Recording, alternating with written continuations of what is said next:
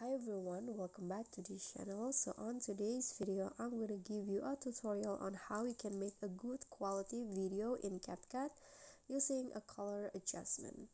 So here I've already added my video and you just need to go to the adjust and do or use the settings. So first, for the brightness, you need to lower it into -10, and then contrast -10. Click on the sharpen and increase it into around 30. And then if you want, you can also add some vignette effect, but only up to 5.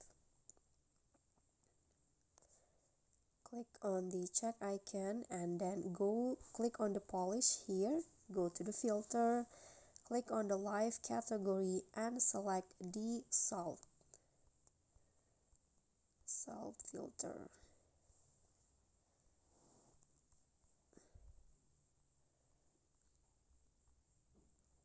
Okay, this one on the portrait apparently. Click on the check icon and then after that go back and go to the video effects. Click on the lens and find the edge glow effect and adjust it into only 10, and you are done. And you'll have to do is just adjust the effect until the end of your clips and you are done. So here is the result. I hope this tutorial will be helpful. Thank you for watching. Please don't forget to like, comment, subscribe, and also click on the thanks below. I'll catch you all on the next tutorial. Bye.